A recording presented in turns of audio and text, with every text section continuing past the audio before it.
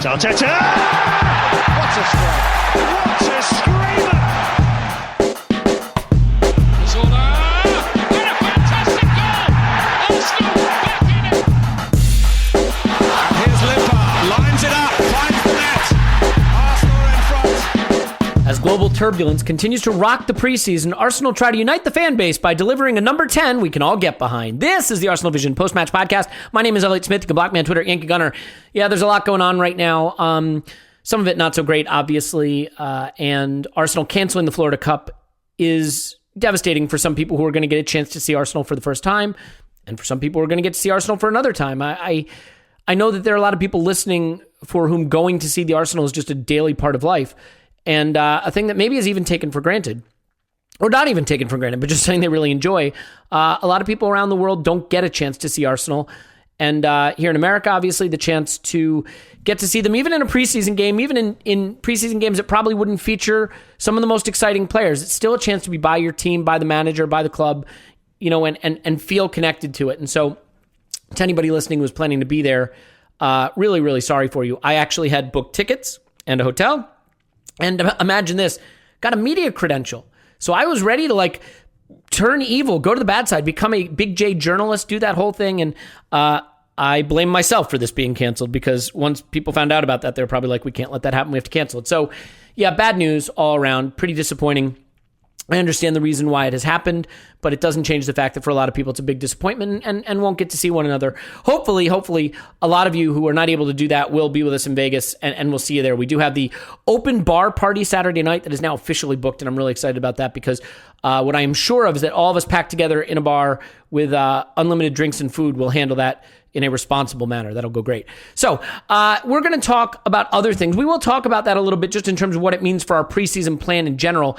But I think we're going to start with the breaking news about Emil Smith Rowe and then do a lot on transfers. It says here we will talk Aaron Ramsdale and Jordan Henderson. Yeah, transfer season's turned a bit dark, friends, but we're going to go there and talk about all of it. If you want to hear the Chelsea perspective on Tammy Abraham, it is very hard to talk to a Chelsea fan, but sometimes you have to do it. Over on the Patreon side, we have an interview with the host of London is Blue, you get it, podcast, and gave us a really interesting look at Tammy Abraham, and it sounds like they'll be really sad to see him go. So, I mean, that'll make you happy if you want to listen to that. Okay, Paul's here. He's on Twitter at PausMyPants. Hello, Pause. Woohoo! Clive's on Twitter at ClivePFC. Hello, Clive. Hello. Last little note, over on the shop, we launched our Martinelli shirt. We launched some additional podcast supporting stuff, which is kind of cool.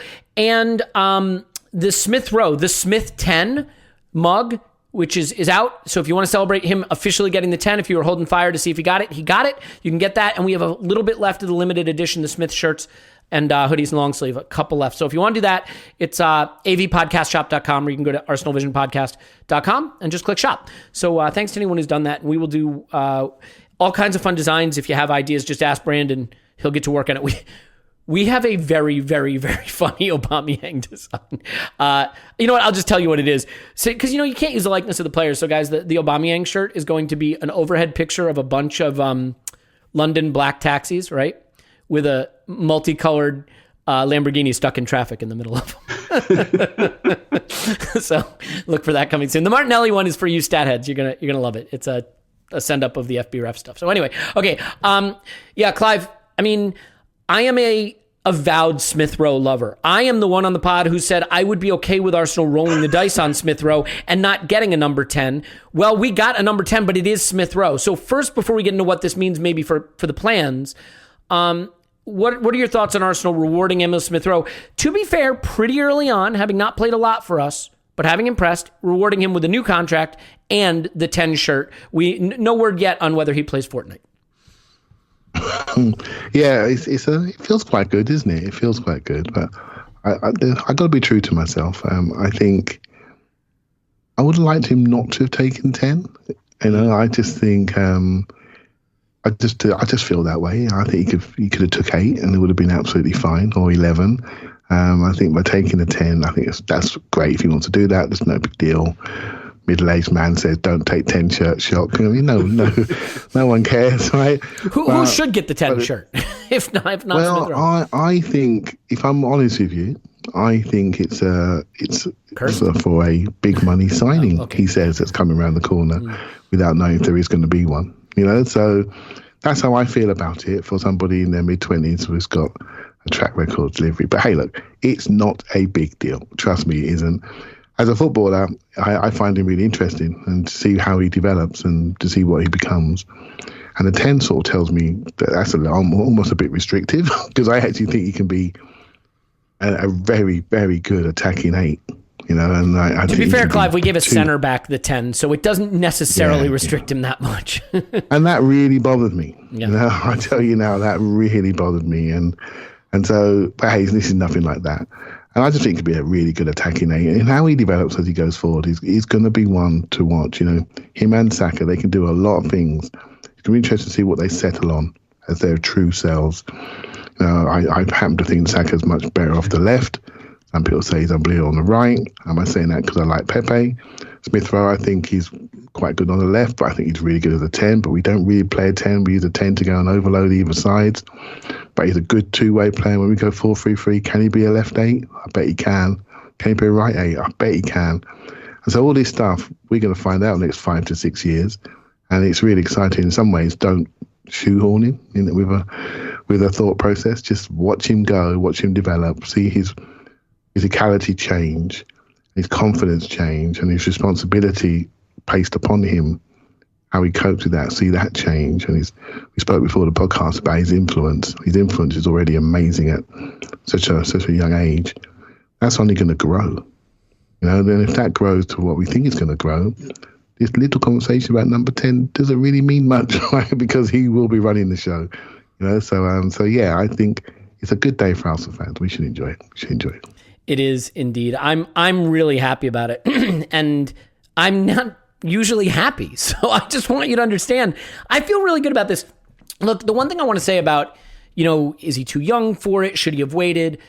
Agents have a job, and part of an agent's job is to maximize earning and brand building for their client. And it is pretty clear that Smith Rowe's agent did some work here, right? He did some work on Aston Villa, for starters, and he did some work to get him a new deal. And I'm sure getting him the 10 was part of that because that is a very marketable thing, right? Arsenal's number 10 is something you can really market with image rights and things like that. So, yeah, I don't know if the timing is necessarily right for him getting the 10, but I can understand why it's happening.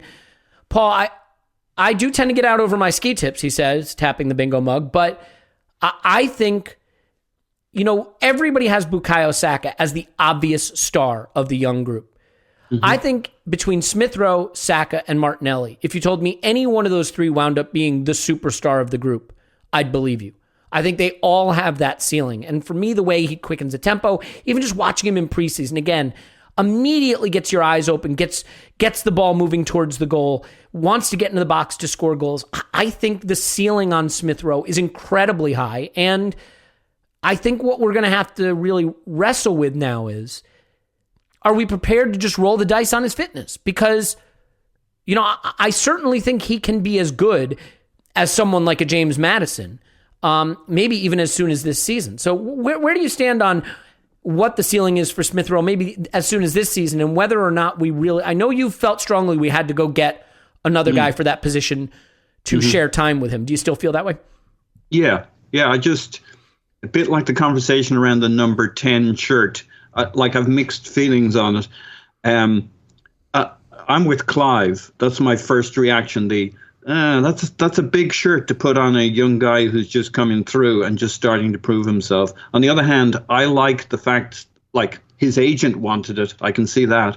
But he also said, and I quote, "I want to be a legend here, and that hasn't changed." I mean, those are words I'm not expecting Smith Rowe to come out with, and I like it because I think he has a quietness about him. I think, if I look at Ramsey, when he was a kid coming through at Arsenal, I thought he was a little quiet. And it turns out he just didn't say too much. The other kind of quiet. He very tough character, belief in himself, and you need that. And I don't know. I'm not saying Smith Rowe and Ramsey have the same mentalities. They won't. but maybe he's growing as he goes, and he kind of has this quietness about him, but there's a strength behind it. I mean, you have to have it to get to that level, especially because he wasn't always the one at the lower levels that everybody thought was going to be a superstar. He worked incredibly hard everywhere he goes. Anybody he's worked for, I think the Cowleys had him at Huddersfield. The feedback he got from his RB Leipzig gig, even though he didn't play much, they loved him, they wanted him, they were going to make an offer for him, and he only ever really trained for them. He's just got a really good application, quietness, but maybe the strength is there. And I like the fact that he said, he wants to be a legend. And the fact that he wanted the 10 and his agent wants the 10. I guess the other thing is it's a good kind of snooker move. If you got the 10, then the guy coming in later on this summer doesn't get the 10. I could see why Smith Rowe doesn't want anybody else getting the 10. I don't know if you can put that in a contract. Look, in terms of his season this year, a bit like Clive, I don't want to load too much on him. I think he needs an Odegaard or another player to share Rowe's responsibilities, while we can't project fitness. We can't project this is the year he hits big. It's all going very well. I almost feel don't screw around with a winning formula, and that winning formula was him and an Odegaard and them sharing time, possibilities, positions. He's still developing and can play at least 3 positions. There's lots of minutes here still. If we don't buy everybody we're rumored with, there'll still be plenty of time for him on the pitch, and he can grow into it. And I feel he's growing really, really nicely. But he did that with, he didn't play all the minutes from December 26th onwards. I think there was something like 24 games after that point. And he didn't play all the games. He didn't have full fitness, but he played a big chunk of it. I think he played 1,500 minutes or thereabouts in 2/3 of a season. And the most anybody played was 2,500 minutes. That was Saka. So, if you scale that up, with Odegaard around, he probably would have come out with, what would that be, about 2,200 minutes compared to the max. So you could get a really good mix with him and an Odegaard in the team, and I think that's right from next year. And if he goes big and everything he touches is gold and his fitness is wonderful, yeah, let it roll. Play him all the games. I mean, it's just tough, right? He really only has to play once a week. That's really it. Yep. And you do get into a position where you're like, are we going to drop 50 or 60 million to get a guy who's going to be on 200 grand a week to play a position that Smith Rowe might be ready to play at the very same level right now in a season when we don't even have the midweek games to spread it around and care for his development? I mean, the downside of being out of Europe, I know there's upsides, but the downside is you can't sort of build your squad with the idea that the young guys are going to find minutes in midweek games and they will sort of earn their way into being weekend players, but you still have places to give them real quality minutes and develop them. Because here's the thing, right, Paul? If you spend 50 or 60 million pounds on a guy who plays a position similar to what Smith Rowe's going to play, that's not a guy you can just be like, well, Smith Rowe developed into the better player, actually, so now we'll just move that guy on. That guy's going to be here a while. And suddenly, and I get it, like big clubs, City, Chelsea, United, they don't worry about these sort of things, but they also don't have the same budgetary concerns. And I certainly don't think you want to be in a situation where a very good but maybe not elite James Maddison is suddenly potentially standing in the way of maybe a more elite academy guy ready to just break out. Well, I think the other thing you got to do, though, I mean, let's say you get in your $60 million number 10, we're playing for this year and for next year, getting into Europe. And you got to think a little bigger than just the minutes this year. And if we had, I don't know, say we got James Maddison and they've to share it between the two of them, they're different enough kinds of players. I mean, Smith Rowe's shtick won't work every game. He'll get tired. He'll get jaded. The load on him to be the creator at Arsenal. Say we go through a bad run of 10 games and it's a shitstorm like last year. That's a lot of pressure for a 20-year-old wearing the number 10 shirt to be the guy who's not producing at Arsenal when everything's gone down the toilet, and we got no other creativity options. It's too big a risk. It could go great, but it could go shit. And the thing about Smith Rowe is he's a very particular, unique, odd kind of a number 10. He does it by certain methods that are totally different to what an Ozil would do for you or a Maddison, and you need different looks against different attacks. You sub somebody on, you move somebody to a different position. I think he'll have loads of opportunity. And when we're back in Europe next year, hopefully, and we have a Maddison or an Odegaard and a Smith Rowe, that won't seem like a problem. There'll be loads of games. Yeah, well, and we also know that Smith Rowe is going to play some on the left because he has, and Arteta likes him there. Clive, I think, the other thing too is sometimes math can help, even though I hate it. If you take the 10, the left forward, the right forward, and the striker, and 38 Premier League games, you got a little over 13,000 minutes to spread around. If you spread it around between 6 people, you have about 2,200 minutes to share. 7 people, about 1,900 minutes to share. So if everybody stayed fit and everybody shared the minutes, everybody's still getting around 2,000 league minutes. But if somebody gets injured, which inevitably happens, or somebody really dominates, okay, then one player's getting closer to 2,800 and another guy's down around 1,400 or 1,500. It's not the end of the world. So even though we do tend to worry about these issues, as long as the coach does a good job of riding hot hands but giving opportunities and letting that front four be malleable, now we can discuss whether a malleable front four leads to consistency, cohesiveness, and success. But I do think that it can be fine either way. For you with Smith Rowe, as great as he can be and as ready as he looks, I think quality-wise, to potentially go there, would you still want to add in that position?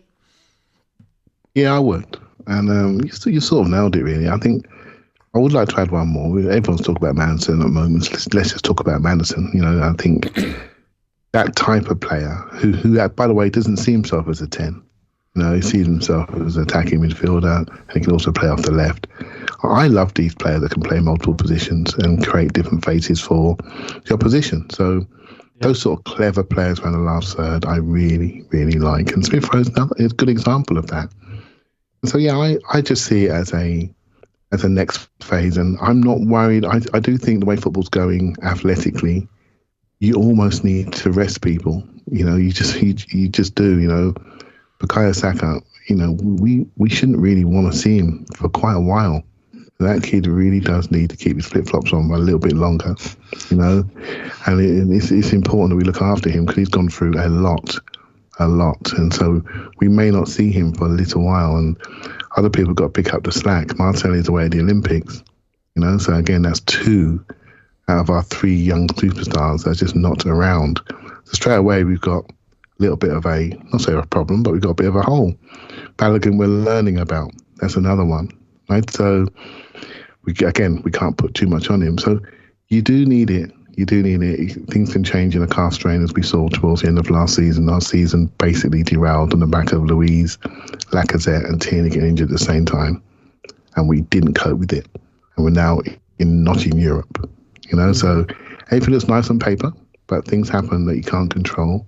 And if you've got people to backfill that, and everyone's on the same project, everyone knows what they're trying to achieve, I think it makes sense. And your point about hot hand is really, really important.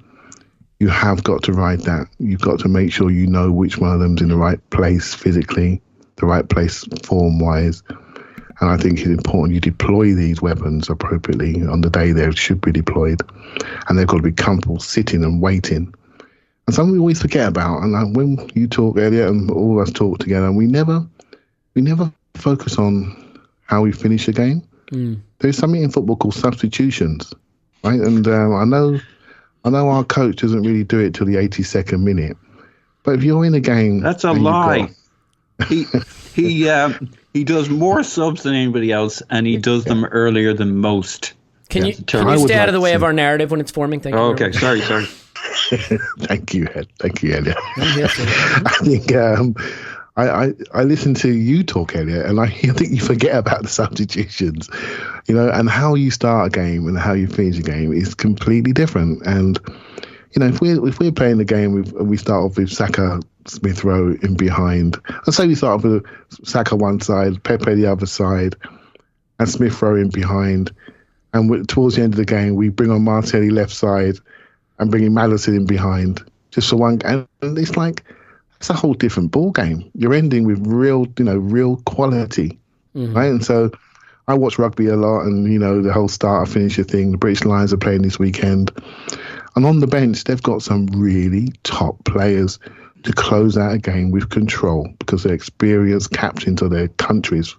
I mean, this is serious. And they're looking to a certain thing in the first hour and another thing in the last half hour. And so this is where sport is going. And I think we need to be comfortable with it. We need to be comfortable. We may need to play we already do play in 25-minute bursts, don't we? I mean, literally, and Euros is another thing that showed us. Teams are playing in bursts, in moments, and then they control the game afterwards. So the game is changing. The requirements on the players are changing. The physical requirements, the mental requirements, the mental stresses, particularly with social media. We have to protect these jewels, and that's why I think we need another player to come in. I think that's well said. Paul, I'll let you back in. I just want to make one really, really important point that can't wait for you, Paul, which is on Twitter, Andrew, you may know him as Arsblog, when they announced Smith Rowe was the 10, came up with the very witty comment, Smith Rowe 10, Aston Villa 0. Cease and desist. You will be hearing from my attorney, which is me, and he's incompetent, so you will be fine, Andrew. Go ahead, Paul. I just wanted to quickly say, because we're going to rip into our club and how shit we are and how terrible we are at transfers all summer, because that's the sport. Summer's the time when young men's thoughts turn to transfers, as somebody once said. So we're going to really tear into them all summer. But they've done very, very, very good at keeping our young players coming through. One more. They got Balogun. They got Smith Rowe.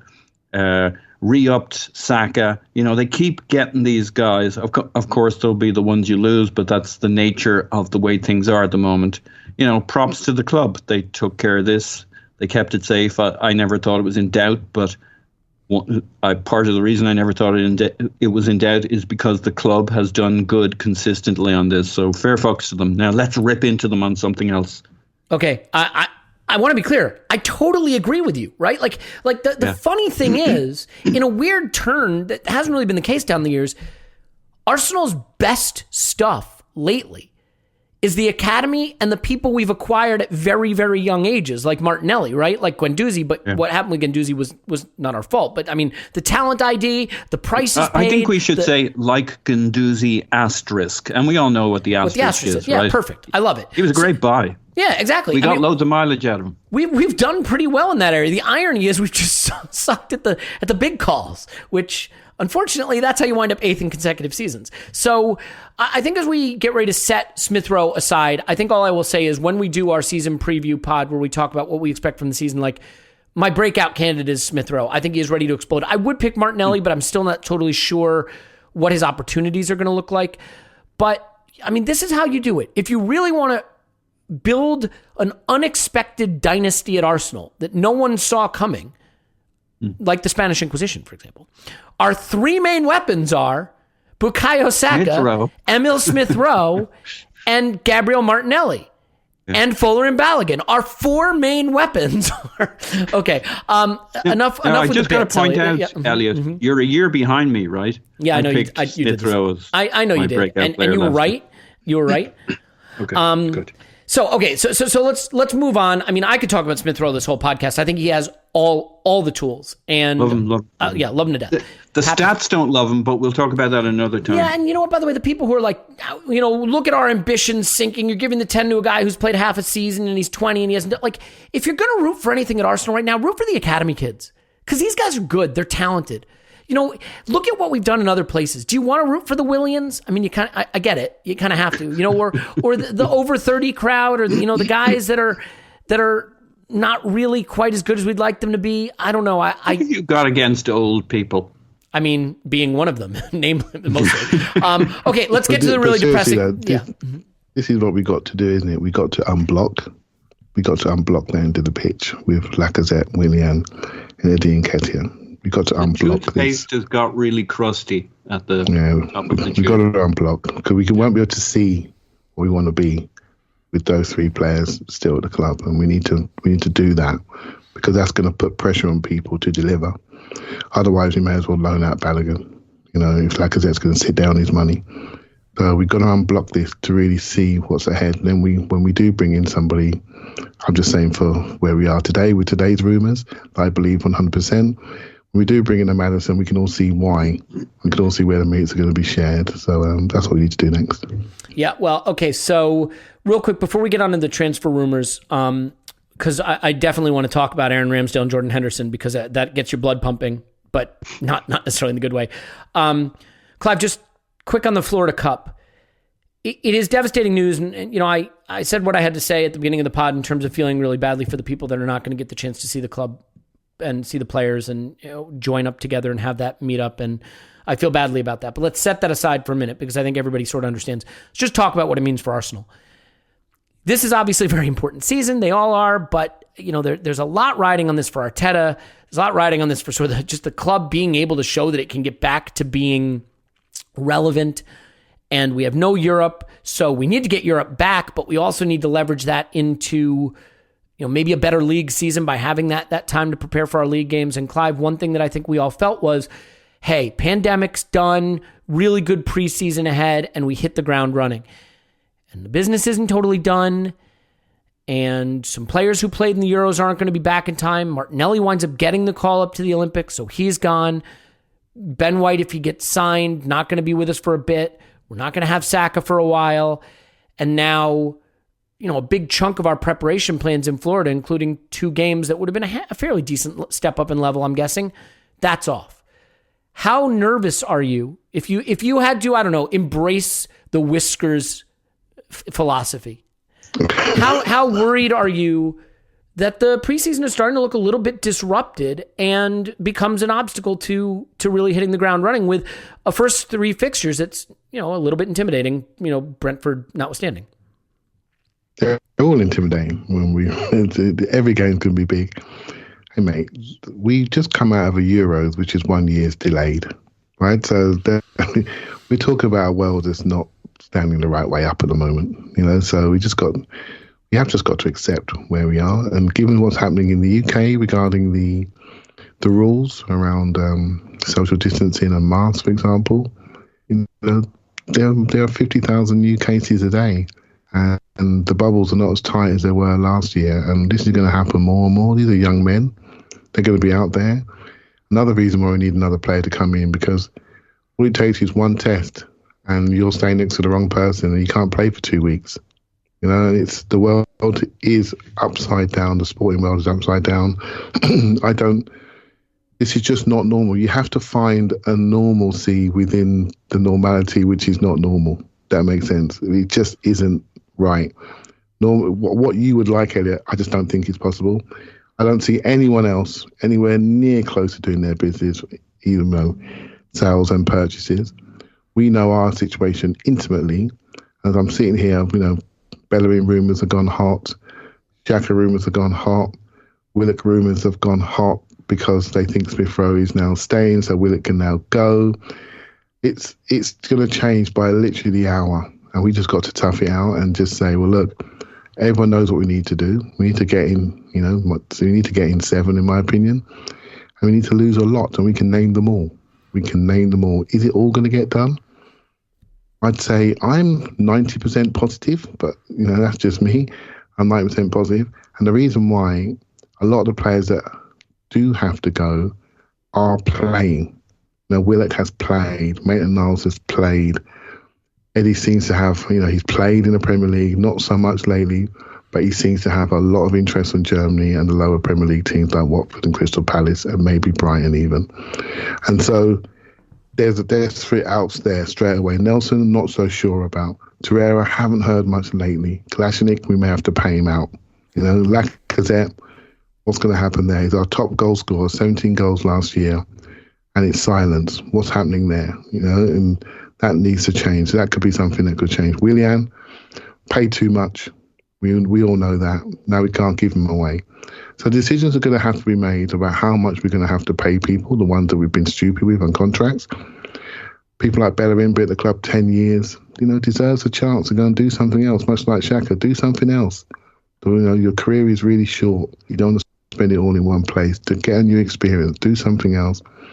And those things will happen. When we start to see those movements, I think we'll have a bit more confidence about what we're trying to do.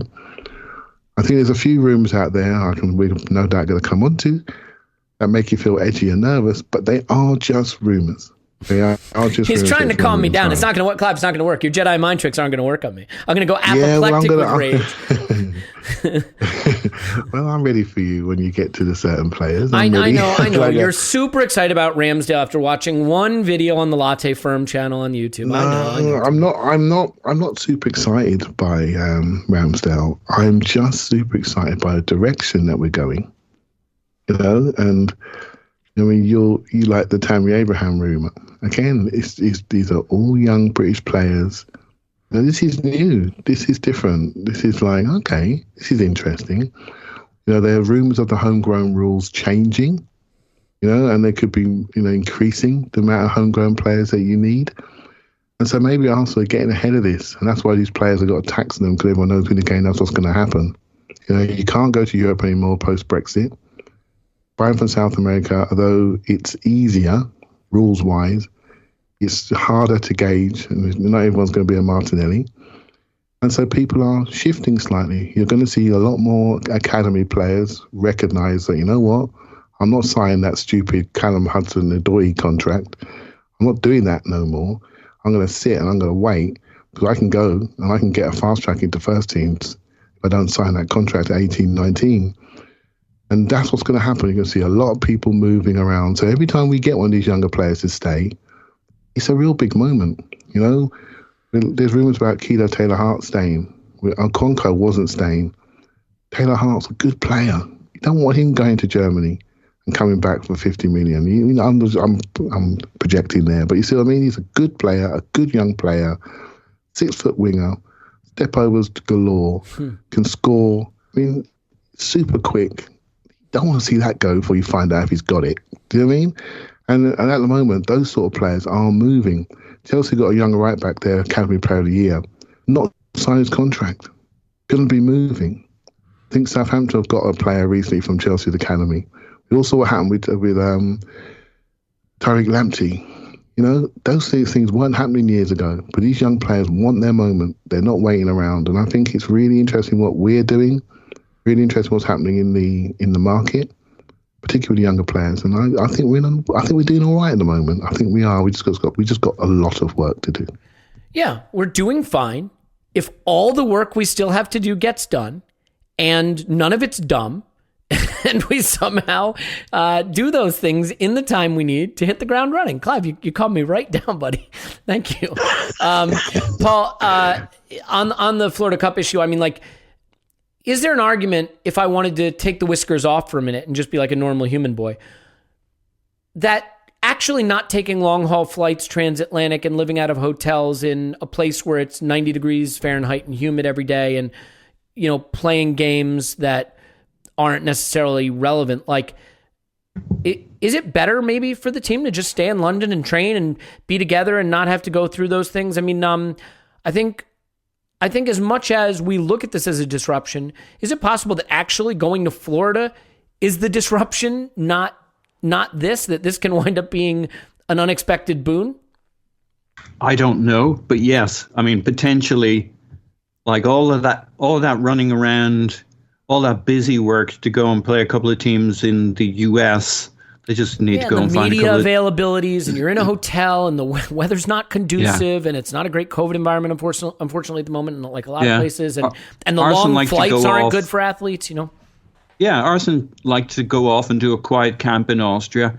I mean, maybe they don't even, they need the intensity in the games. And so I was listening to a podcast a couple of days ago it was on Stuart Pearce, Psycho, talking about how when he was at Nottingham Forest with Brian Clough, Notts County used to play just across the fence, and every now and then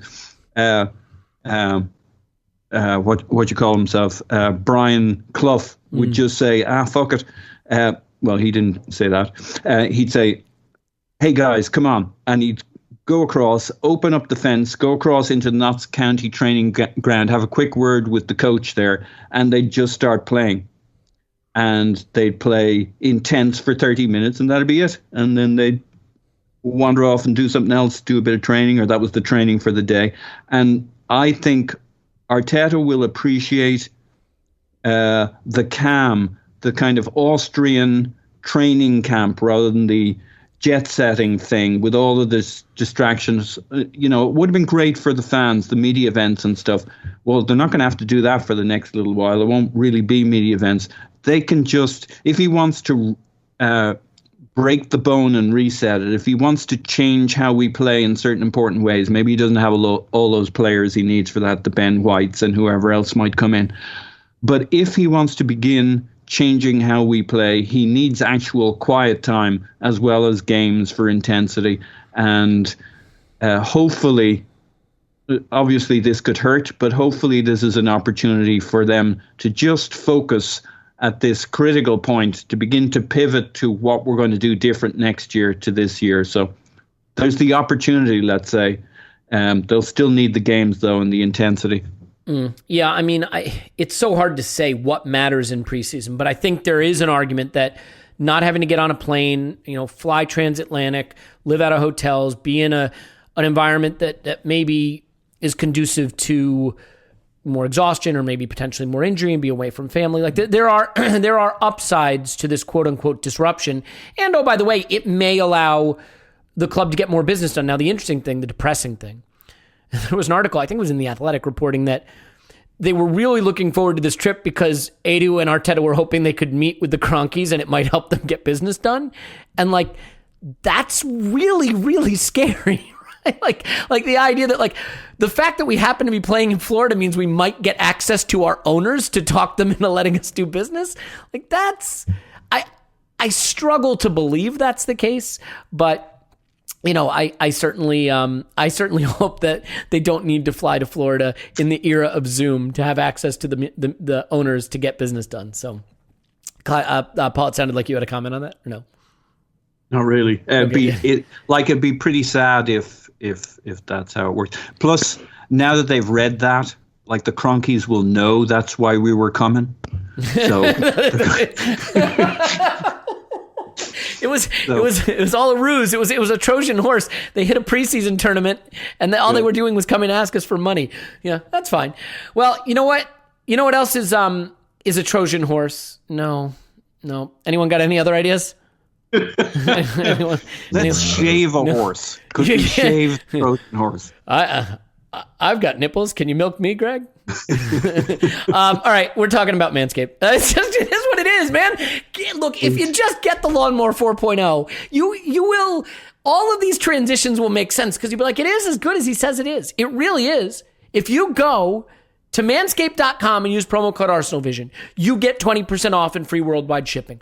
Let me ask you this. Why wouldn't you buy a device tailor-made to make sure that when you put blades down near your privates, nothing bad happens? Why would you not want that? I mean, come on. It's like not wanting to give Emil Smith Rowe the number 10. Embrace joy. Joy is a good thing. Coming from me even, right? So get the Lawnmower 4.0. Long battery life, works in the shower, has induction charging now, so you can just set it in the cradle and it charges. Really bright LED light. You still get the ceramic blades, the skin safe technology. You get the guard, so you can do your eyebrows. You can do it all. You can do it all. And the way they send this stuff to you, it feels like 5-star, first class, really high end quality. Plus, you're getting 20% off and free shipping when you use promo code ArsenalVision. So, manscaped.com, promo code ArsenalVision. Boom, done. Clive, easy peasy. What do you think? Yeah, not bad, mate. Just that wasn't too bad for you. Just I didn't have the segue. That was the problem. I didn't have the segue. Yeah, I like you were struggling. I like the fact you struggled. That's good. You know what? Sometimes through struggle, we are forged in the fires of our struggles. By the way, we have 2 left of the long sleeve, the Smith release. We have, I think, 3 left of the hoodie and maybe 9 left of the short sleeve t-shirt. It's been really popular today because the number 10 was announced. So if you want to check it out real quick, again, we have the Smith design from Brandon with the number 10 on it on a mug.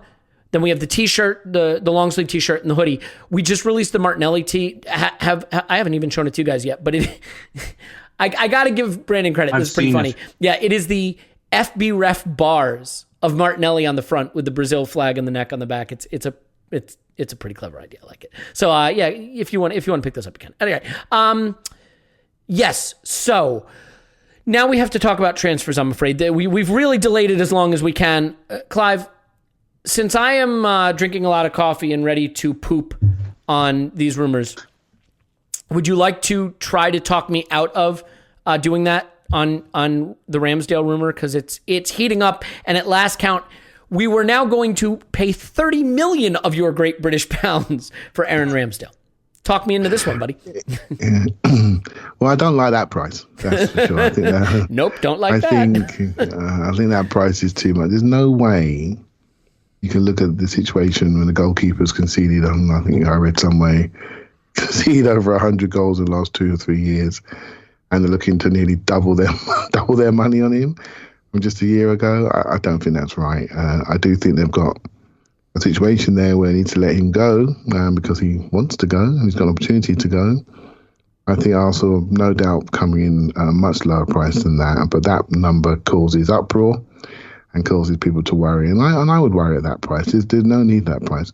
But I do think they're looking at him to be the number one goalkeeper in a year's time, regardless of what the number is. And I think that may be smart planning. Leno may decide he got 2 years ago, he may stay 1 more year and then use that period to bring in another keeper to come through. There's another keeper called Sam Johnston who's at West Brom, which I think he's around 28. He's really good, by the way. He's very good. And he says Arsenal could do a similar thing with him, but they seem to have locked onto Ramsdale. And there is some good analysis out there that FK did. And I've heard for a little while that Arsenal are serious about Ramsdale. They're serious about him because of how he plays, the courage by which he plays, the character that he has. And, when I first heard that, I thought, this is interesting. So let me have a look at him, and he's young. He's very young for a goalkeeper, but he could look completely different. I mean, I remember Martinez when he was his age, and I was not thinking he was going to be what he is now.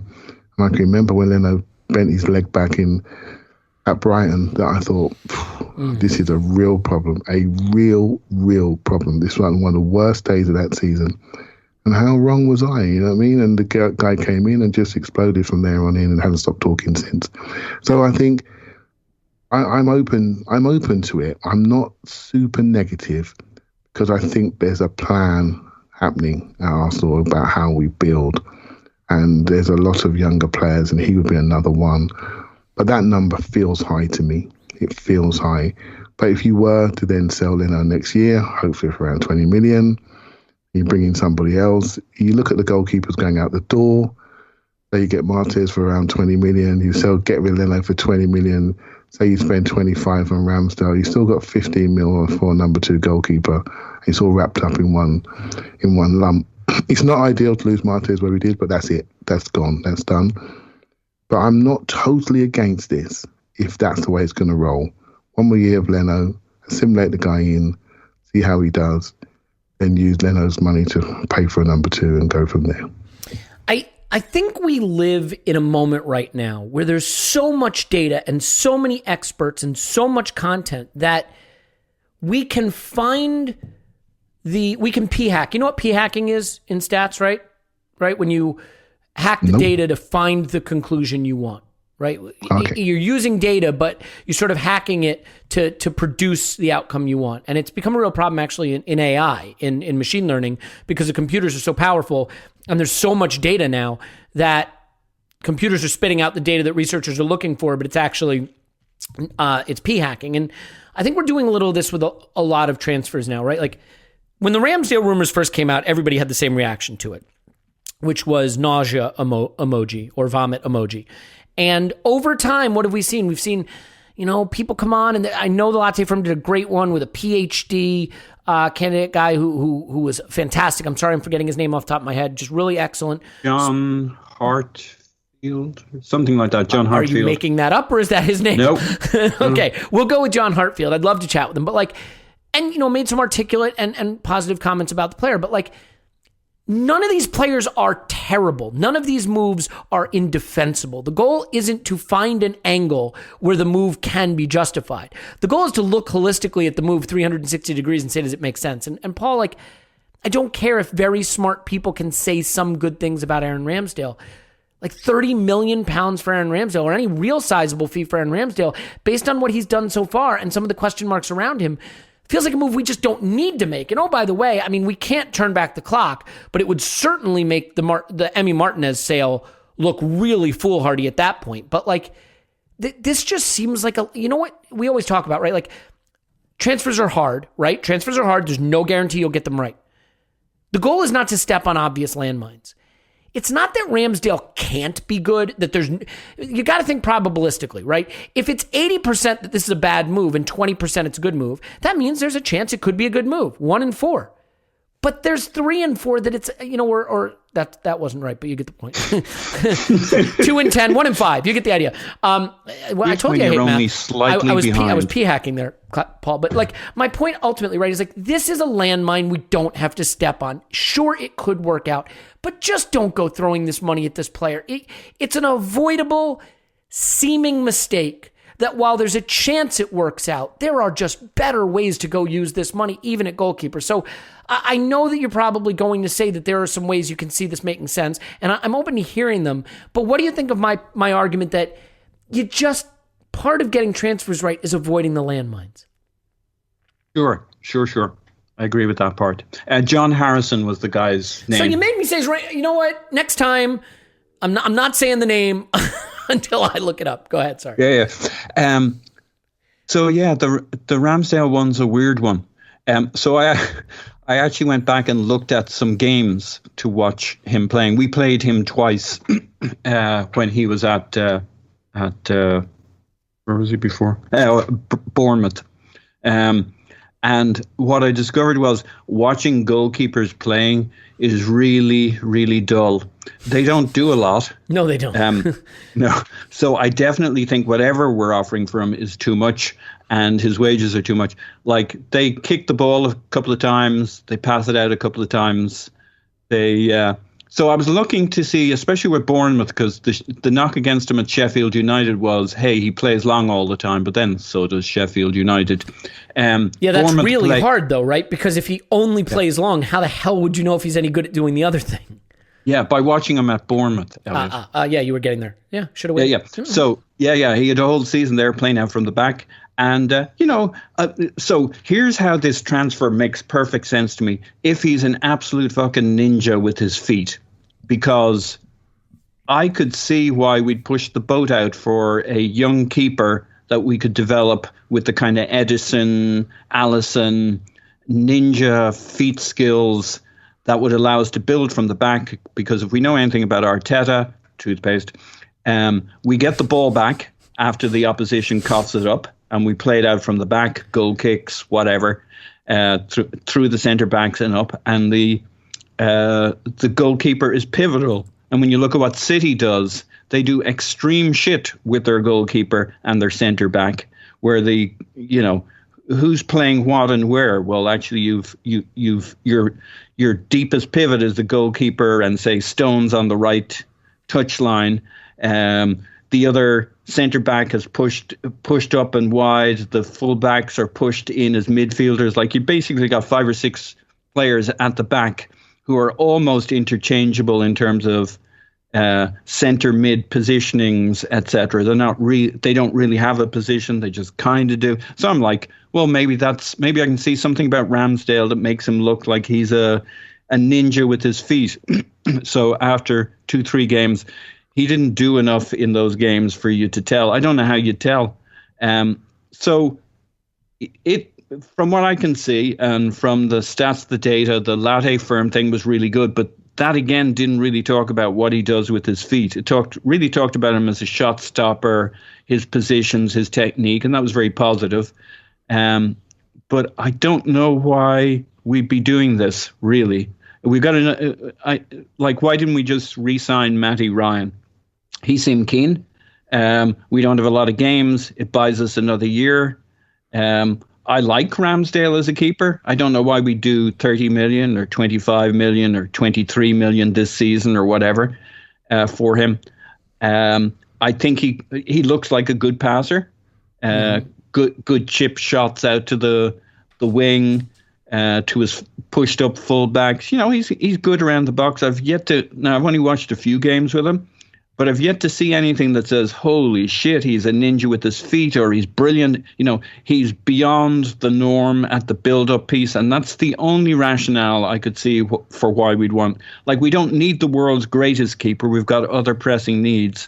But I could talk myself into it if this guy was an utter ninja for playing out from the back, as opposed to, he looks pretty good.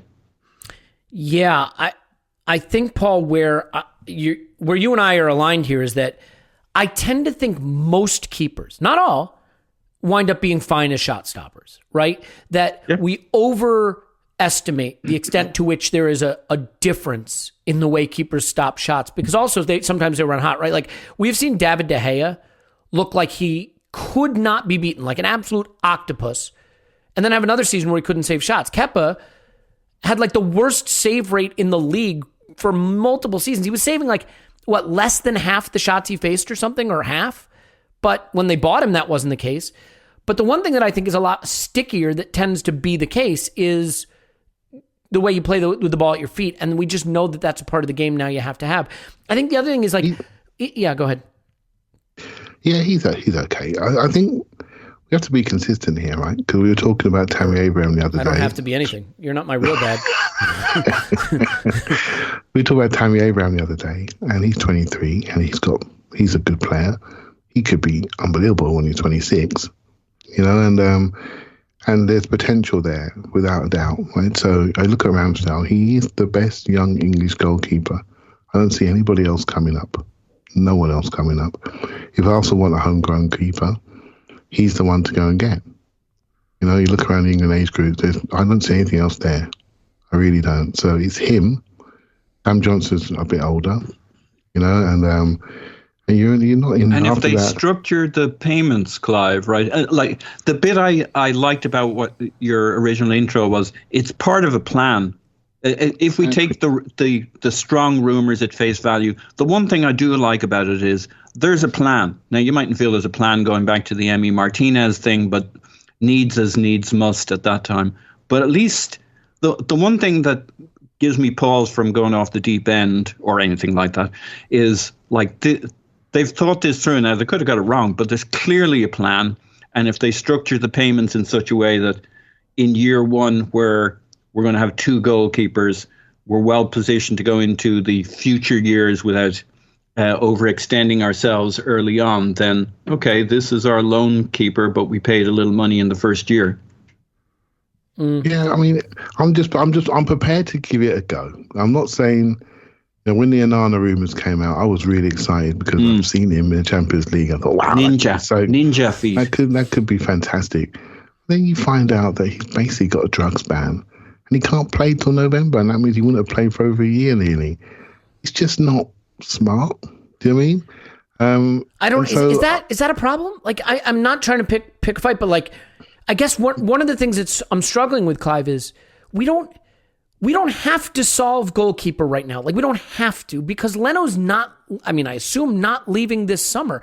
I guess what I'm saying is, right, like, if we don't have the exact solution we think we need this summer, then get some old retired guy like other clubs have done to back up Leno until you find exactly what you're looking for. It feels like throwing 30 million at Ramsdale right now just feels like stepping on a landmine. You know, if we had no keeper right now, right, if it was a Conquest and no one, and we were sort of panicking, we're saying, you know, we like Ramsdale, the fee's too much, but we got to get him in, I'd still dislike it, but I'd understand the rationale. But we have a good first choice keeper who's still here. But if it doesn't cost us much in this year, and there's a plan, and he's the plan, I still don't know why he's special, though.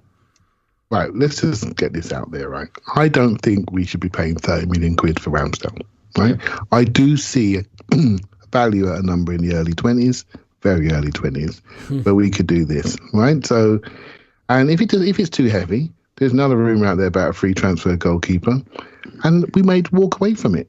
we may walk away from it. And I think, if it's over 30 million, I think we should. And I don't see the reasoning behind that, because it is about value. Even though it's going to be a long-term thing, it's about value. So I can see what they're trying to do. The numbers have got to be right. If Arsenal have got to pay early 20th and send a lone player there for nothing, there's ways to be creative around this. And Sheffield United know we've got a number of fringe players. They could be waiting to get one of those players to help them come back up to the Premier League. You don't know what could be going on in the background. But I can just see it. In my mind, Onana would have been great. He comes in, he competes Leno for the first year, and he takes over. It just looked better to me, at the price, etc. But there's a risk associated to that. There's a gamble associated to that. Last year, we already took a gamble. We had Henderson as our second goalkeeper. Leno fortunately didn't get injured. And we were lucky because we saw what Henderson did when he came in.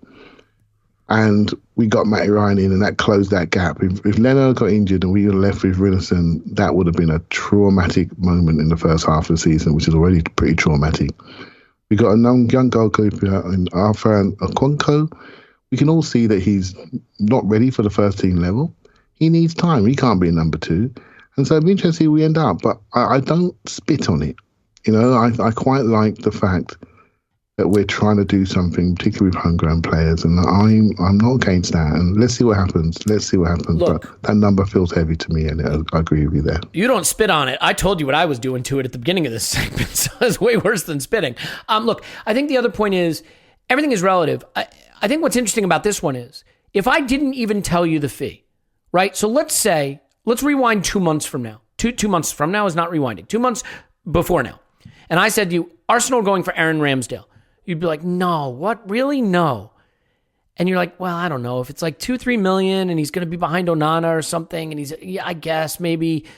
If I told you we're going for him for 30 million with an eye towards being the solution to the position, I just don't know. I think we get into this zone of justification where we start to try to make it make sense. And that's how you wind up saying, well, maybe Willian can be okay and Cedric makes sense. But even those, this is us committing to that player at this position at big money. This is our solution at keeper. So it's not zone of justification. It's just trying to understand what the plan is really. Oh, sure. Which is fine. Yeah, of course. I just look at it, what are they trying to do here? Okay, Leno's got 2 years to go. I just try to look at what they're trying to do.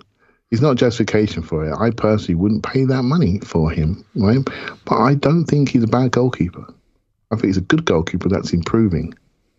So, and that's what Arsenal obviously feel. Now it becomes a point of value then, what they want to do, So, and as I say, there is no other English goalkeepers out there at the young age that are going to progress.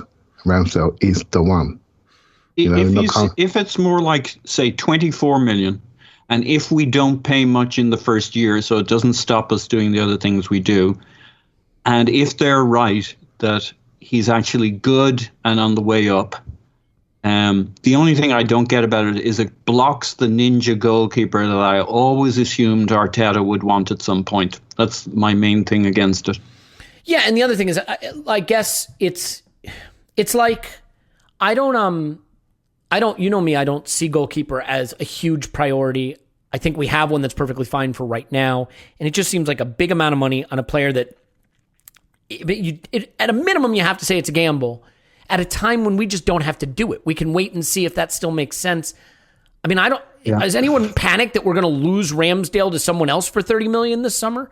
That's the other point, right? It's not like, I don't know. Let's not spend any more time on this because I think we've covered it. I'd rather get to one that's obviously a much more sensible move that we can all get behind.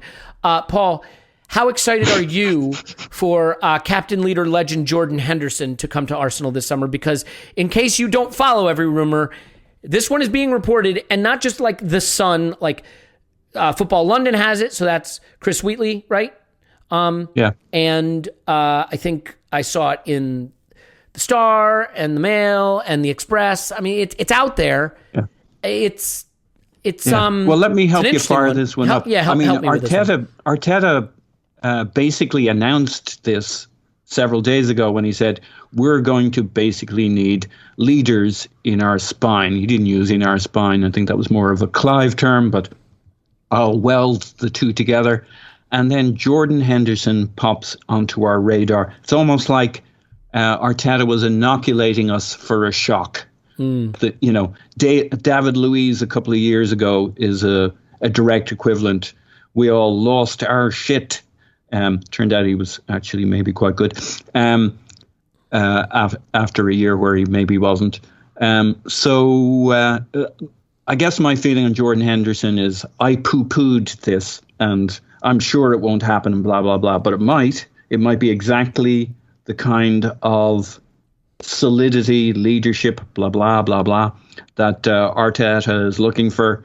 And but we got to give it a few more days to see whether this rumor strengthens or weakens. It's kind of like those hurricanes that come, they're going to make landfall in Florida, and it's like a strength 5, strength 6, strength 7, and the next thing it's down to a 3, a 2. Oh, it's heading off into the Atlantic again. So we got to see which path this particular rumor hurricane takes. There's my take on Jordan. Would I want him? Not after his Euros performance. He looked very leggy there. Well, I mean, he's coming off injury, didn't play a lot. Look, here's what I would say. Jordan Henderson is probably a player that is underrated. I don't think Arsenal fans properly rate Jordan Henderson, because I think, especially where Klopp is concerned, the midfielders are just seen as system guys who play a system role, and they're nothing special, and they just go get the ball off. They just press like mad and create a team that won the title in the Champions League, but somehow they're not very good. Like, no, I don't think that's right. I think he's very good. I think he's very old. I think that's the point. He's 31 years old, and there's a part of me that would say, like, if we're going to get a midfielder who's 31 years old in Jordan Henderson, like, just keep Granit Xhaka at that point. Like, he's not 31 years. There's. I also have a worry about people that have been to the mountaintop, players that have won it all, been to the mountaintop, and now they're getting their last contract somewhere. That has not traditionally been great for us. I don't know if I need to invoke Willian's name again, but Clive, I think Jordan Henderson is a guy that, again, probably better than a lot of Arsenal fans think. 31, climbing down from the top of the game for his last contract. I get the leadership angle, but here's the problem, right? We're not hiring him to be the assistant coach. We're hiring him to start in central midfield, because we need... I mean, Shaq is going to Roma. It looks like that's happening. We need someone to play 30 games, start 30 Premier League games, maybe 35 Premier League games, unless you really want the Mohamed El Neni experience again. Like, we need a 30-plus game midfield starter next to Thomas Partey. And, oh, by the way, Partey's had injury issues for us. So this guy's got to play a lot, and he's got to be really good. And we're not hiring him just to coach up the young guys. He's not being hired to be an assistant coach. So it seems like a really, really weird move to me. The only thing I'll say is, if the Ramsdale link is true and the Henderson link is true, and we're buying Ben White and we've re-signed Smith Rowe, and Maddison's on the radar, it's almost like the club has just decided to make Brexit mean Brexit. There's a very let's get English kind of feeling going on here. So instead of saying it's just a rumor and it's probably not true, which may exactly be the case, can you at least give me your thoughts on the move if you had to indulge it? Yeah, it's a rumor and probably not true, and we're probably being used we've probably been used a little bit like Locatelli's using us to get the move that he really wants. Jordan Henderson is a wonderful guy and a really wonderful player and captain, brilliant. But he's wonderful for Liverpool. That is the club of his heart. That what he does in that city, what he's done for the NHS, the amount of money and millions that he's raised, what he's done for basically he's the captain of the Premier League. He's the captain of the captains. He's really grown on me in the last few years about how he sees football. There's a fantastic video of him just talking through a game, talking to teammates through a game. Honestly, mate, if you're playing next to him, you run through brick walls. He's just wonderful, right? So now for Arsenal, I've seen players. I'm going to use Willian. I think Willian was a decent player for Chelsea. His heart was at Chelsea. His heart is not at Arsenal, and he comes here. He looked broken-hearted, right? He can't find it again, right? So I look at Jordan Henderson, and to me, he's Liverpool, and he should be there. And I don't want a player coming to Arsenal because they couldn't get their contract sorted out. We've seen this. We've spoken before about having players come with the right motivations. What are you Why are you here? Are you part of this going forward? I know people don't like the word project, but are you part of this? Are you part of the common goal? Are you part of the purpose to get us back to the Champions League? I don't want people coming here because it's convenient, because they couldn't get a contract in the place where they really want it to be. Do you know what I mean? And that's what we did with Willian, and I don't want to see that with Henderson. So the fact that I love the guy, love the player, I think he deserves to be at the club where he is right now. They just need to sort it out, and I think we're being used to help that happen. So that's my feeling on it. If you want to talk about the midfield partner for Partey, and it is a concern, right? Because it is a concern, but also not a concern, because Arsenal know they have to do it. They have to do it. For all of Xhaka's abilities, he does allow us to play in a certain way, which may not be as penetrative as we'd like to see. And I said to you the other day, I said, when you have Xhaka and, say, Holding as some of your top passers, that's fine, but there's limits there because their passing ability is not exceptional, shall we say, and their ability to move out of pressure is not acceptable. So if they're having your most touches, there's a safety angle to that, which doesn't allow us to be an attacking force as we'd like to see. So that's where data really helps you. When I see an influence like that in our team, then I'm thinking, okay, when someone comes in, it's got to be better at doing the things we need him to do. Either that's defensively or that's offensively. And so Ben White's coming in, and we all know his main skill set is on the ball. That completely changes how we are from that right-hand side. And if we get that part on the right, and I don't think it's Henderson, I think that completely changes us from the central mid, maybe left-hand side of the central mid. And I think the team will have a distinct different look with those two signings. And so Jordan Henderson's not the one for me, but my respect for him is top. Yeah, I mean, it can be true that a player is good, that he's underrated, that he's a good guy. And if Arteta wants to hire him to be his assistant coach, I think that sounds great. Signing him to be our need him to start 30 games in central midfield guy, less great. So then let's do this. Let's talk midfield, Paul, because it is a whole ball of wax for me right now. I mean, it does seem that we are making a big move in central defense. Backup left back is sorted. I think right back is maybe going to fall into the category of whoever's left standing of the millions of them that we have. We'll use that guy. I'd rather get a right back, but if it's going to be a Chambers and Cedric right back situation for a season, like I said on a previous pod, we're not going to solve the entire squad rebuild in one window. Okay, fine. Partey, great. Smith Rowe re-signed. Maybe a Madison coming in. Could be huge. We have big money striker. We have wide forwards we love in Pepe and Martinelli and Smith and Saka. Great. That guy that's going to stand next to Thomas Partey for 38 games this season is a big, big, big question mark. Granit Xhaka is a guy who I think is simultaneously overrated by some Arsenal fans and underrated by others, but he's leaving, so it doesn't matter. He's been an ever-present. His best ability was his availability, and it's gone now. So I don't see any universe where we don't replace him. I just don't, because we're not going to start El Neni and Partey in midfield for 38 games. So that position becomes the whole ball of wax. If the Henderson rumors aren't true, I mean, I know we have Lokonga. I don't want to dismiss that, but I don't think the plan is for Lokonga to be that guy right now, and we could be proven wrong. A, do you assume we're going to get someone there? I mean, I think that's a foregone conclusion, but you never know. B, if it isn't Henderson, do you have a sense of which direction we're going to go, how this plays out? I mean, apparently we bid $40 million for Locatelli, which to me still feels like just wasting time. But where do you see this Ruben Neves, Basuma, Henderson, Locatelli, central midfield mush shaking out? Yeah. Look, the Locatelli thing kind of makes sense, right? He's very talented. And it was basically, listen, if you guys can't work this out, we're interested. It probably didn't take a lot of effort from us. And we probably didn't submit a formal bid. We said, here's what we think he'd be worth. Come talk to us if this shit looks like it isn't going to go down. So I don't think we spent a huge amount of cycles on it. I think we're going to go for somebody like I think the Ruben Neves rumors were strong and valid.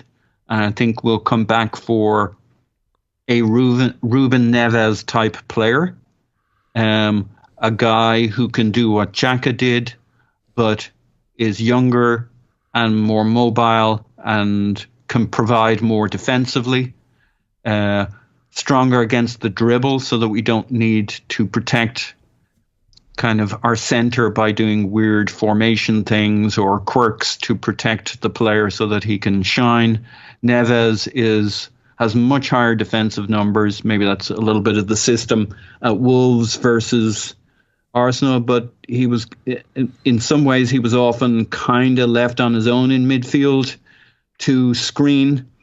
So he's done, his defensive numbers are high in terms of, he's not super fast around the pitch, but he's got really good midfield hustle defensively, and he can spray that ball around, switch passes, long balls, short balls. So I'm not hung up on Neves, and I hope we aren't. I hope we do what you're supposed to do, which is have a plate of players you're going after in a particular profile. I think the profile will be a Ruben Neves type profile. Locatelli's a little different. He's a little more dynamic. He gets forward he gets forward quite a bit more than Neves. Neves only appears in the box to get on the end of a shot and bury it from time to time, or take a long ranger from outside of the box. Otherwise, he just sits back and lets other people do it. But he'll arrive late. Mostly, though, he sits deep, very deep, like Xhaka would, or like we picture Xhaka playing. Locatelli is more dynamic, but he'd still play in a two. He's not an attacking midfielder. So I think he's just such a good player that they're like, well, he's close enough to the profile we're looking for. He's not quite the profile, but we can make that work in a two, and he gives us options. He'd be much more like I see Partey being, in terms of sits deeper but gets forward, and you'd want him to, Locatelli. Whereas Neves sits deeper, stays deeper, but arrives late from time to time. So I think we're going for somebody Neves-y, somebody to spray it, play it, but give a much better defensive, much more mobile, much better defensive screen than we were getting, say, from Xhaka, where we had to overcompensate for the fact that he's terrible against the dribble. Interestingly, Arsenal were really good against the dribble when you consider how many games Xhaka and Danny Ceballos played, who are both reputedly terrible against the dribble, and they did it all through shape. In other words, they constrain themselves. So they probably like to free it up a little bit, be a little bit more dynamic in midfield, and not have to make sure we don't get dribbled through the middle. Yeah, I mean, the problem, I think, also, Clive, with the midfield solutions, I realize that rumors are just rumors, and so the problem is they create noise around the signal, right? When you look at who we're linked with, some of it may be legitimate, but some of it may just be BS, and then that BS is going into your analysis, and it's muddying your analysis. But like the problem I have, you're looking for a plan. Well, Basuma isn't Neves, and Locatelli sure as heck isn't Basuma, and Jordan Henderson isn't any of them.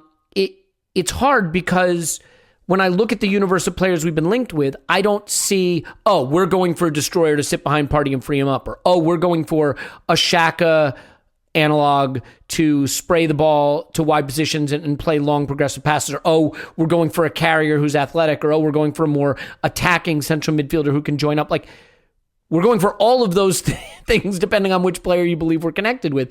Do you have a sense of which one of the qualities you'd most prefer we target? I mean, the Basuma type, the Locatelli type, the Neves sort of spray it and pass it type? I mean, is there a profile in here that to you strikes the right notes, if not the specific player?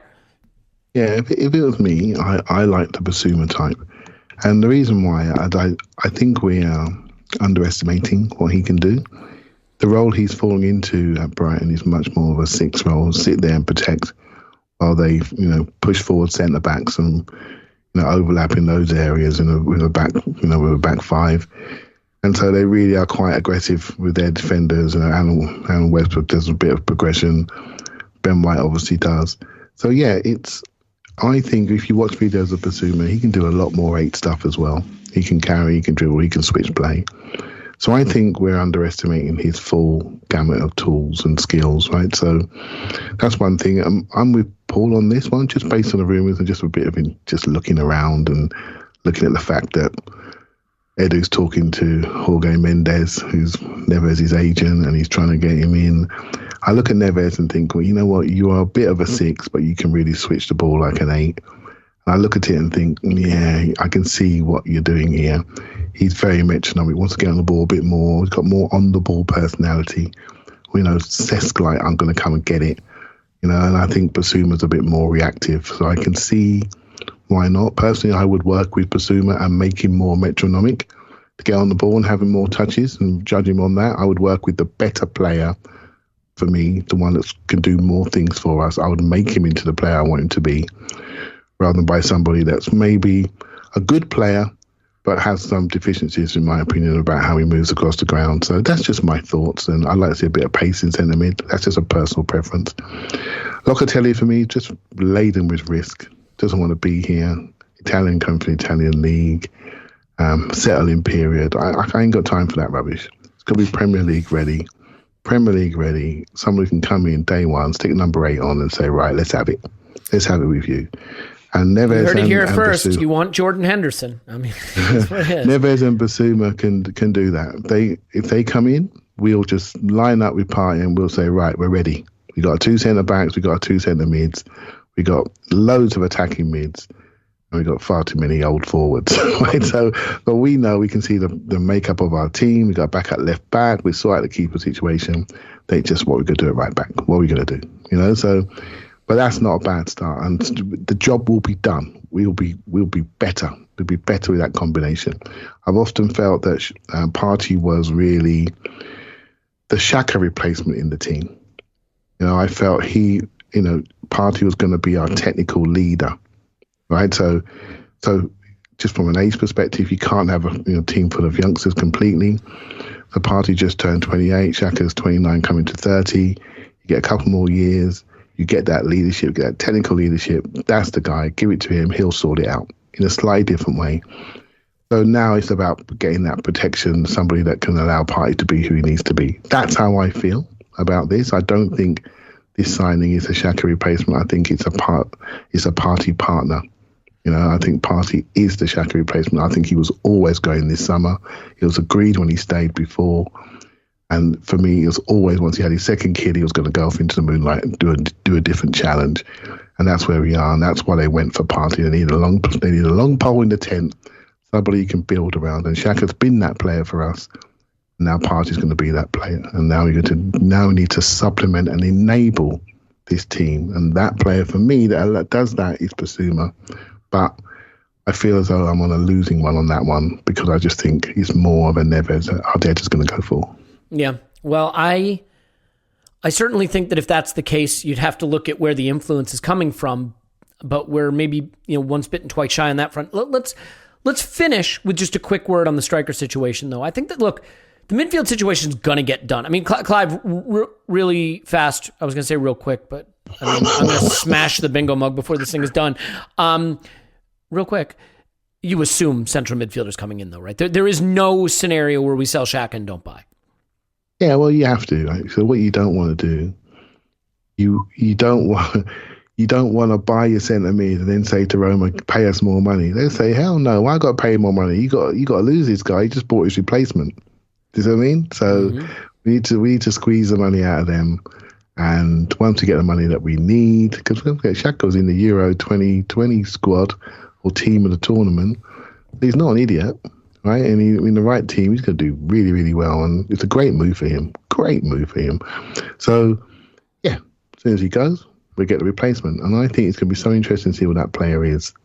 I think it's going to tell us a lot about who we want to be, and I think so. Yeah, looking forward to it. So don't worry, we're not going to do it with El Neni. We're going to do it with a replacement. Okay. Well, there you go. You've settled me right down. He says, lying. Paul, I want to finish with the striker situation. I don't want to talk Tammy Abraham in particular. Obviously, on Patreon, we have the Chelsea Tammy Abraham. It was really good, by the way. Oh, thanks. The Patreon thing was excellent. Like, despite having to talk to a Chelsea fan. Oh, he was really good. Really good. Yeah, I've heard it both ways. Well, look, and we will probably talk about it more if the rumors heat up, and we did talk about it on the last pod. So I don't want to cover old ground, but I do want to touch on the striker thing, only because it really has me thinking about this position. I think it is one that a lot of people feel we just don't have to do anything right now. But next summer, Lacazette is surely gone, right? If he doesn't go this summer, we'll let him play out his contract and he'll be gone next summer.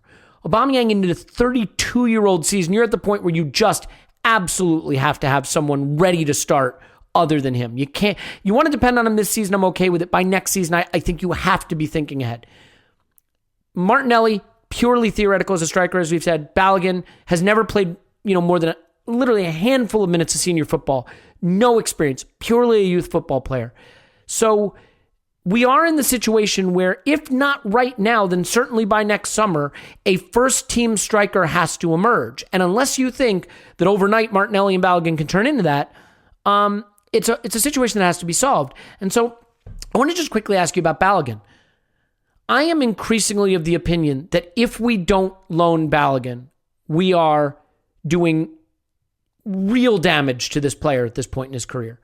I think it would be close to a disaster not to loan him. And I love using words like that because obviously it doesn't ratchet up the anxiety or the polarization at all, so I apologize. But, can you give me any argument for keeping Balogun with Arsenal this season? Because I can't get there. It just looks like an obvious move that we have to make is to find him a team where he can play 30-plus times this season.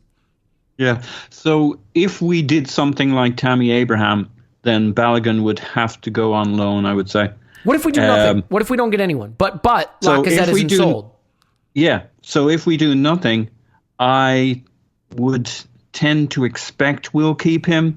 And I think I'm okay with that because this will be basically Lacazette's final year. He's a very good, if you ever hear anybody talk about Lacazette, he's great with the team, with other players. He'll understand that it's a transition year away from him.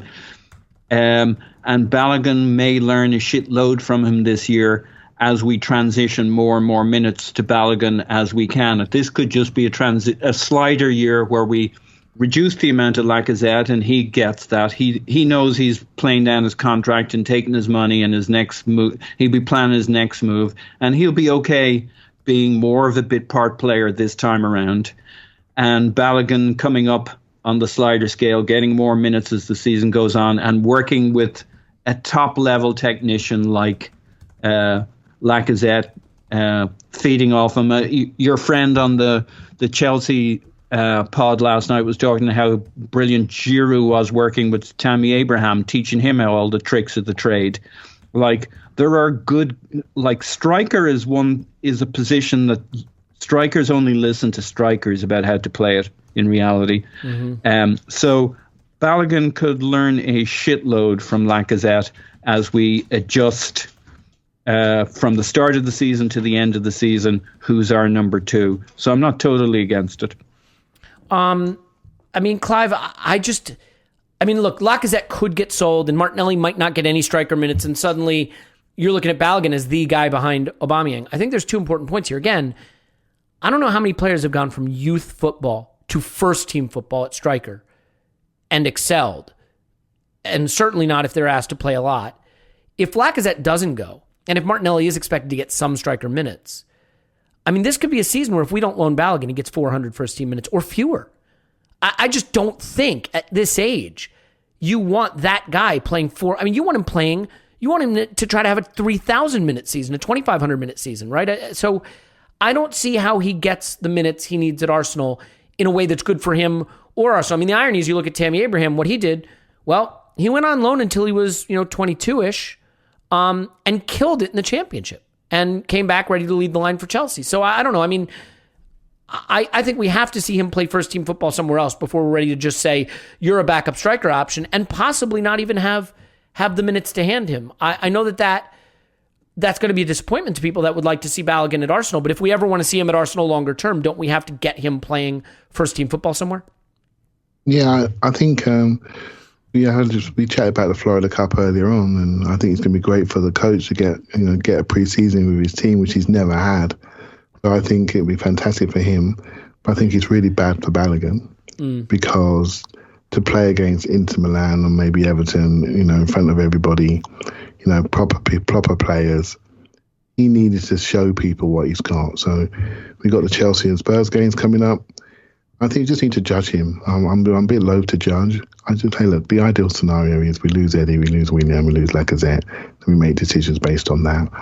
We need to then buy a 23-year-old that's 23, 24, that's done a few laps, got a couple of seasons with goals behind him, and then you have Balogun filling in behind, and that sort of makes a lot of sense. It makes a lot of sense.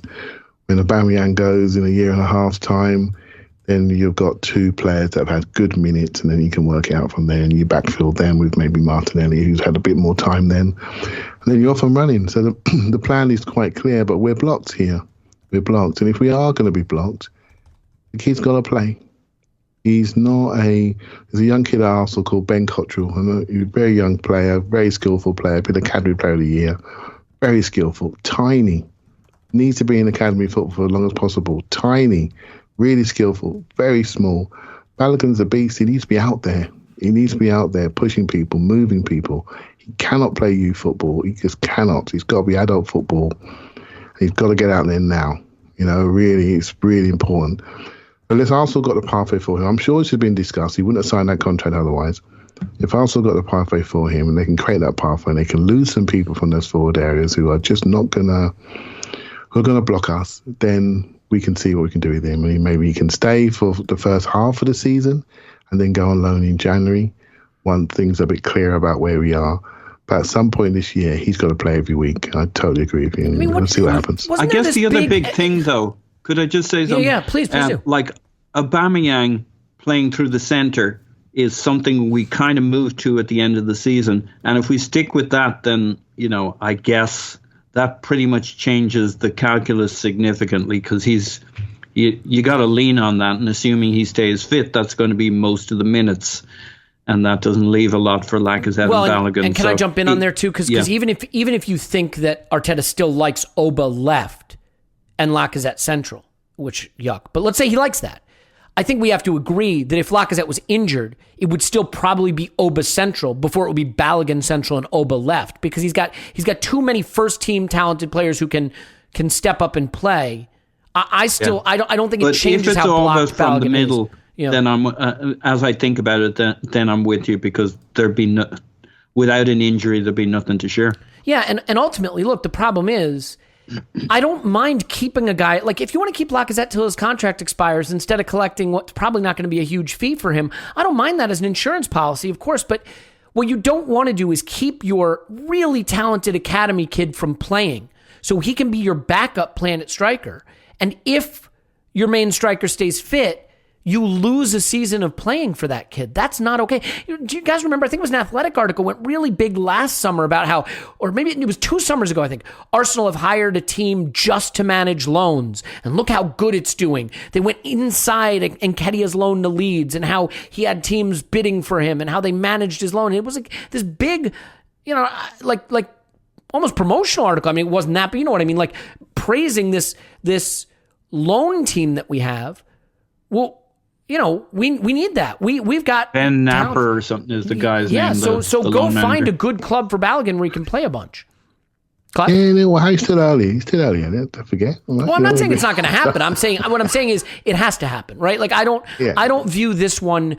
And look, you might be sitting listening to this screaming, he is good enough to play for Arsenal right now. I don't know how you would know that, but even if he is good enough to play for Arsenal right now, what happens if Oba stays fit and Laka isn't sold, and he could be good enough to play for Arsenal right now, but winds up with 300 minutes? So if he's good enough, and he rips it in preseason, he rips it in training, and he rips it in the games that he gets, he will play. Ahead of who? I don't care. No, I don't mean that like I don't mean that contentiously, Clive. But like he's not going to play ahead of Aubameyang, who's on $300,000 a week. He's just not. I don't care. I'm sorry, mate. I know you don't. We sat down. We sat down the guy before on $300,000 a week. He's on 250, by the way. You keep saying that. We sat a guy down before. Well, this is not kindergarten, right? You're going to get out there. You got to show what you got, and then we have to adjust ourselves accordingly. If he's good enough, we all want him to play. This is why I started my bit off by saying the Florida Club has hurt him a little bit. We get a chance to see him, and he gets a chance to show everybody what he's got, and the hierarchy can change in a flick of a switch. He hasn't had the opportunity yet, and he really needs it. So I'll be going to that Chelsea game on August the 1st, and I'll be looking at him the most. Fair enough. I want to see where he is. I would say this. I don't disagree that, if he kills it, he'll play. But like, we've seen a lot of players kill it in preseason and not jump ahead established pros. Like, I think the scenario where Balogun gets to show his quality enough to move ahead of Aubameyang at striker is remote enough that gambling his season on that opportunity presenting itself is unfair to the kid. Like, I just think the straight line path to Balogun eventually being a great player for us is Balogun playing a lot this season somewhere. And we can't guarantee that. I totally agree. I agree with that. But let's not stop. If somebody is playing well, training well, of course, yeah, and showing what they're doing, that is the environment you want, right? If you look at Saka, who went into England squad as 26 man, trained well, got himself ahead of Rashford and Sancho. Didn't matter how old he was. He deserved to play. I will tell you this, though, Clive. I mean, I do think, and I know what we did with Ozil, but the Ozil situation was a little weird because I don't know if he wanted to play and what was going on in the background. Like, I think if you take a very good player in Aubameyang and a very good player in Balogun, and Balogun's in slightly better form, and maybe this is more of an American view that just isn't true in football, so I apologize if it's not. There are financial realities where clubs will pressure managers to play the guy who's getting the big money, who's the superstar. Like, maybe that won't happen at Arsenal. Maybe it doesn't happen as much in football. But like, I remember when Chelsea bought Shevchenko and he was garbage, and like Roman was basically like, "You're going to play him." Period. Yeah, well, let's just think back to start of last season. I think the start of last season when Eddie was ahead of Lacazette. He was sharper. He was in better form. He was pressing, and then Lacazette responded and said, "I want my shirt back," right? And he started to play properly and run around. But this is what we want. We want this. We want this, and they expect it. This is not a creche anymore. You've got to do it. You got to come in. You got to train well. You got to do it in training. You got to do it in games. If you only get 15 minutes, you better do it in 15 minutes. It's as simple as that, and that's how you change things. That's how you change your life. That's what Smith Rowe did. He changed his life. He came in at Chelsea last year, and he's come in, and here we are. What's the date? 7 months later, he's just signed an adult contract for 30, 40 grand a week, no doubt, and he's got number 10 on his back. He has changed his life by what he has done on the pitch. Yeah. No, it's very, and that's what very we fair. want to encourage. That we want to encourage. But let's not forget, Smith Rowe went to Huddersfield. He had a loan, right? He played first team football and impressed there. I think people sometimes forget, like Clive, we have fallen for the spell of thinking some youth team players are going right to the top who don't, right? So it is a very hard level of football to figure out what it means, right? To step up. It's really hard. We talked about this before the podcast, wasn't it? Player assessment, player evaluation. It's a massive topic. We could talk about it all night. But I will not worry about a player bursting through, doing well, and then thinking, what's going to happen to the guy we spent 300 grand a week? I don't give a monkey's. I'm not worried about it. I'm saying, will he get the chance at all, is all I'm saying. Not that I'm worried. Like, I could care less. Play the guy who's playing best. I think this manager has shown he'll give young players a chance to play. Yeah, I think he's done that. And I really hope that Balogun can put enough pressure on these older players. You know what? when Aubameyang signed his contract, the line that really caught me? He said, it's the club I want to be. I want to be a legend here, blah, blah, blah, the normal stuff. But he said, we've got a group of young players here, and they are coming like fire. And I always remember that. I thought, yeah, he knows what's going on. He trains them every day. He trains with Balogun. He trains with Saka. He trains with Smith Rowe and Martinelli. They're not little flowers. They're coming, mate. They're coming for the shirts, and we gotta sit back and enjoy it and see what happens. Fair enough. All right. Well, I will enjoy it. I love our young players, and all I want is to see them thrive. I am here for them to thrive. So let's just be clear about my needs, my wants, my goals here. They are honest and true and pure of heart. Paul's on Twitter. Pause my pants. Thanks, Pause. Woohoo! Clive's on Twitter at Clive PFC. Thanks, Clive. Thank you very much. My name is Elliot Smith. You can block me on Twitter at Yankee Gunner. We have Tim coming back tomorrow and then going forward, just a little scheduling issue, but we loved him and we can't wait to hear from him to sort us all out. So that is coming. There is an analytics pod that's going to be really, really interesting from Scott on Patreon that will be out today if you want to check that out. So in other words, it is time for the outro. And you know what? You know what, Andrew? I don't even know who we play next.